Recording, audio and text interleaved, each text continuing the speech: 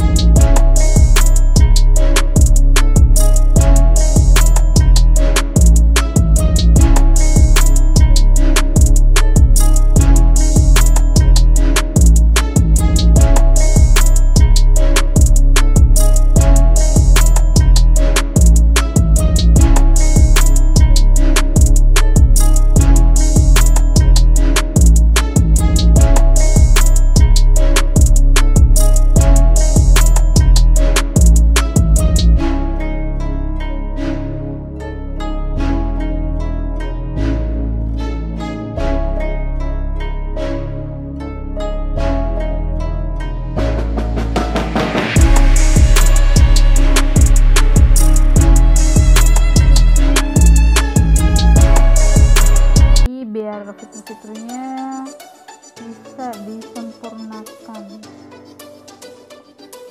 Kita tunggu sampai kurang lebih 3-5 menit teman-teman ya. Harap bersabar.